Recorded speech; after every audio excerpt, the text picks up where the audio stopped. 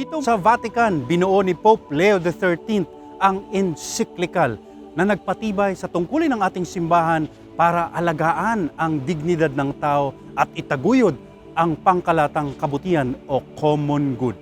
Sinulat noong 1891, tinawag niya itong Rerum Novarum na ibig sabihin sa Tagalog, mga bagong bagay tungkol sa mga pagbabagong nangyayari noon sa Europa. Ang dokumentong ito ang naging basehan ng tinatawag na Catholic Social Teachings o panlipunang katuruan ng simbahan. Ako po si Father Nono Alfonso. Samahan niyo akong tingnan, busisiin, pagnilayan ang mga turo ng simbahan tungkol sa mahalaga at mahigpit na ugnayan ng ating pananampalataya at lipunan. Kapangawin lang tayo, legal naman yan. Wala bang illegal na ginawa? Alam niyo ba kung anong sitwasyon namin dito?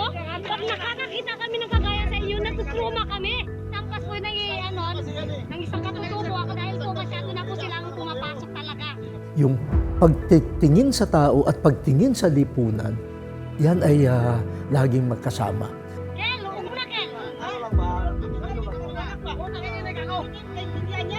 Sakit makita na yung mga tao that you deeply believe, deeply and wholeheartedly believe, are also the face of Christ, are treated like that, are treated like they don't matter. Bawat tao ay nilalang ng Diyos, galing sa Diyos, regalo ng Diyos. At nilalang ang bawat tao na kawangis ng Diyos, kaya may dignidad ang tao. Ang tao ay hindi ginawa na mag-isa. Magkaugnay tayong lahat.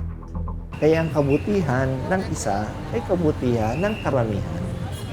Dapat may tayong pamamalasakit sa lipunan. Hindi lang ang sarili ang tinitingnan. Kasi bahagi tayo ng lipunan. Bahagi tayo ng mundong ito.